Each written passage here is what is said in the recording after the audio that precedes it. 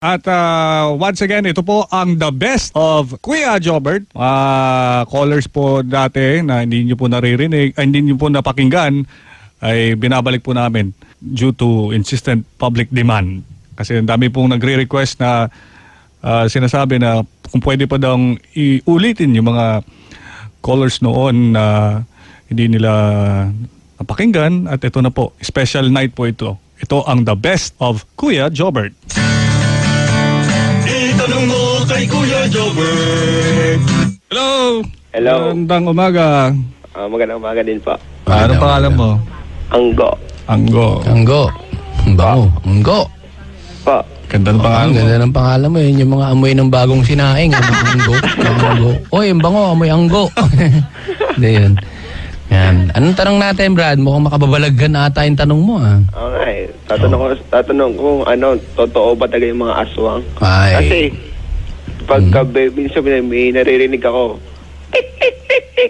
mga ganun eh. Ganun. Mabaho Di ba ka, bukas lang yung computer mo, Kaya yung alarm, yung relo mo, tik, tik, tik. Malakas lang yung dahil madaling araw. Aswang? Totoo yan, Brad. Alam mo, sa probinsya namin dati, may mga ganun eh. Bata pa ako, pumupunta ako ng mga bali-balita na may mga aswang. Yan yung mga, pero ibang klaseng aswang din. No? Ang dami palang klaseng aswang. Meron yung napuputol yung katawan. Yung mga manananggal. Meron yung mga nagiging hayop, nagiging pusa, mga daga, mga ganun. Pero alam mo yung mga yung mga aswang yan, health conscious din pala yan. Oh? Kasi doon sa probinsya namin, meron aswang na pabalita ron eh. Ang taba. Ang taba. Ngayon, magiging aswang na raw yun, nung gabi, pinipilit niyang umangat. Umangat para maputol. Pak! Tanggal yung ulo, hindi mabuhat. hindi niya mabuhat yung balakang niya, sobrang bigat. Ang tanggal yung ulo. Nasa gitna, naputol. Kaya yan, kailangan slim yung mga aswang para balance yung putol. Yun eh. Kasi ang bigat niya, isip mo, taba mo, aswang, gumigewang-gewang ko. Pag landing mo, ploink, ploink, ploink, tumatalbog-talbog ka pa na gano'n. Ang baduy na aswang tumatalbog. Habulin yan, bolang aswang! Toink, toink, toink, toink. Ang dali mo mapatay nun pag gano'n. Ang pangit na aswang. Ang dali pati sibatin, di ba? Oo. Pag tumatakas yung mga mapayat na aswang, umiilag sa mga sibat yan eh. Ikaw pag mataba ka, sa pool ka agad, hindi mo tama, daplis, walang daplis, tusok-tusok ah. Di ba? Tsaka matatakaw kasi yung mga ganong aswang. Yung mga aswang na mga mapipili, yung mga nagda-diet, puro baby lang kinakain yan. Yung mga matatabang aswang, kahit mga mamamatay na matanda, kinakain din. Oo, pati siyempre may mga may sakit na rin yung mga matatanda, kinakain pa rin eh. Yung dila, yung bumababa, yung pag buntis, inahanap niya yung mga pusod eh. Yan, hanap niya yun, inihigop niya yung yung mga bata rin. Di minsan yung mga aswang na mga tamad, kung saan-saan na lang pumapasok yung dila, minsan sa ilong ng matanda eh. Ano laman nun, minsan may mga mga ubo-ubo, mga sipon, di ba? Kala nila, dugo ba't ang alat? Sabing gano'n. Di ba? Ba't pagdura ng aswang, ba't green? Yak! Nadiri, sabi ng aswang. Kala niya pusod. Ilong pala. Tamad kasi. Tamad. Yung mga taggutom. Patay gutom na aswang yung kahit sino lang yan. Kala niya bata, yung pala inihika. Iba yung iyak ng bata tsaka yung mata na, di ba? Yung mahika. Kala niya parehas. Pag bumaba nung dila sa ilong pumasok, minsan kung saan, minsan yung mga natutulog hindi naman lagi nakatihaya yan, minsan nakadapa. Yun ang masama. Pag dun sa isang butas pumasok yan. Chocolate blood. Yeah. Ano to? Ba't solid? Brownies. Yung iba may mga manipa, syempre. Nagmerienda, di ba? Halo-halo yan. Parang brownies lang hinigop ng aswang. Minsan pag malalaki yung dila ng aswang, parang straw yan, brad eh. Patindihan din daw humigop yan eh. Ubus. Titindi, no? Yun ang aswang. Hello? Hello? Oh, di ba? Paano yan kay Jobert pag Pag Yung mga lalaking malalaking tiyan, pinagkamalang namamanananggal na malamang malasing yung mga manananggal na yon. Kasi kadalasan sa mga lalaking malalaki dyan, mga lasinggo yan. Pag tinira niya yon, patay. Lasing yan, puro gin, laman ng mga tiyan yan, beer, mga ganun. Kaya dapat matalino rin ang aswang. Hindi lahat ng aswang nabubuhay. Kasi pag tangang aswang ka, yung katulad na sinabi ko sa iyo. Merong aswang na kilala, buhay pa hanggang ngayon, nasa QI. sino yun? Puro tibihin yung mga nahihigop eh. Puro yung green, yung kaninang sinabi yung green. Green, kasi puro sa ilong pumapasok yung dila ng aswang. Yun, okay ba? Kay Jobert, totoo pa ba yung mga buntis? Ay, totoo. Marami na bubuntis. Tanangin mo kung totoo yung lalaking gumagawa ng ganun. Hindi, Diba? teka lang. Pag pag bago sila magtulog, naglalagay sila ng kawali sa chance, lalagyan ng mga bawang. Totoo ba yun? Pwede yung totoo yung kawali kasi pwedeng pantakip sa pusod. Oo, para hindi mahanap yung pusod. Di ba?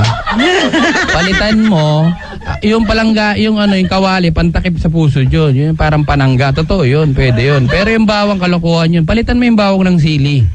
Ipahid mo sa dyan ng buntis para pagsasampaling ka. Maanghang yun eh. Baliw ba yun? Di ba? Pero tama yung planggana. Pwede rin plato, Plato. kawali. Paano Oo. ba takutin yung aswang kay Jobert? Tatakotin. Pero bago may patong yung kawali, initin mo muna para mapaso yung aswang. Pasuka din. Uy, yun lang nga. Iwasan natin yung aswang eh. Ano ba yun? Tatakotin mo yung aswang. Paano yun? Aw? Tatakotin mo yung aswang? Oo. Paano mo Parang tinatakot pa yung aswang? bubugawin mo ganun. Oh, sabi! Ganun pa. Ganun lang. Hindi, tatakot yung aswang sa... Ganun. Wag dala ka ng bawang. Oo. Pigayin Alam mo. ko hindi totoo yung bawang. Hindi, iba naman Kanina sinasabi ko. Lagyan mo rin ng sili. Oo. Alam mo yung pang-spray sa halaman? Oo. Yun, pambugaw yun. Pre, pag dumalating ng dila, abangan mo. Paakit agad yung dila na yun. Hey! Narinig mo, gumaganon pa yung aswang minsan eh. Kapapagbanat mo, nilipat agad yun, nagiging sisiw. Pag nanghanga ng aswang, nagiging sisiw. Pero pag nasarapan yun, nagiging daga. No. Punong-puno ka ng kaalaman sa akin. No? Oo, syempre. O sige, mag-ingat ka ha. Maraming salamat kay Jobert. Nag-enjoy ka ba? Morning, DTG. Nag-enjoy ka ba? Enjoy na enjoy! Very good. Itanong mo kay Kuya Jobert.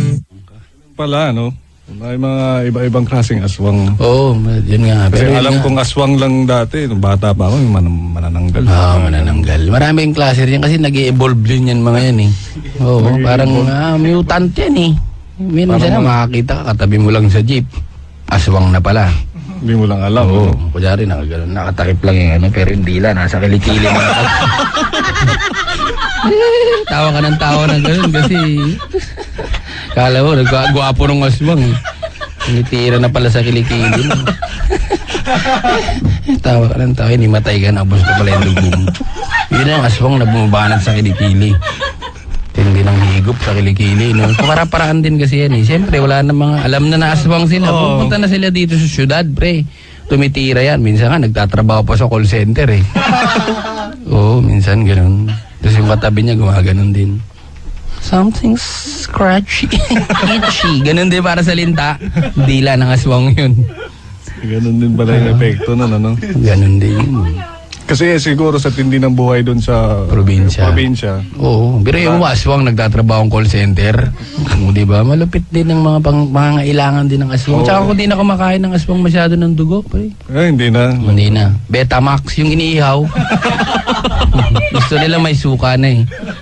Sa palengke, yung dinuguan na iihaw. Betamax tawag dun eh. Ngayon, lalaki na ng hibla ngayon, di ba? DVD. Ano na raw ngayon? BCD. Hindi na Betamax. Ngayon, bilog-bilog na yung putol. DVD na eh. Parang Hindi lang pala dugo na sa dugo na Hindi na. Kailangan nila na. Kailangan nilang Mag-evolve. Mag-evolve, mag-isip ng paraan para dugo. Minsan nga, bumibili na nga sa Red Cross yan eh. Pabili po, pagbigay may istro na. Rekta na. Ano na rin sila, bulgar na rin sila. Aswang ako, bakit? May problema pa. Oo, di ba? Binibili naman eh. At least binibili. Di ba? Rekta na. Aswang ako! I'm proud! Mga ganun eh. Yun lang yun, di ba? Kanya-kanyang lakas ng loob. Oo, ano yan eh. Yun sila eh. Di ba? Tinatanggap na rin ngayon yun. Ayun, ang dami niyong nalalaman kay Kuya Jobert. Ha? Baka naman sunduin ako ng aswang dito mamaya. Patay ka. May pamasahe naman ako, hindi po ako sumasakay sa aswang pa uwi. Yun lang. Brad. Ang ating hotline, 584-554-50939-706-2816 para sa inyong mga katanungan. Siguradong sasagutin yan ni Kuya Jobert. Itanong mo kay Kuya Jobert.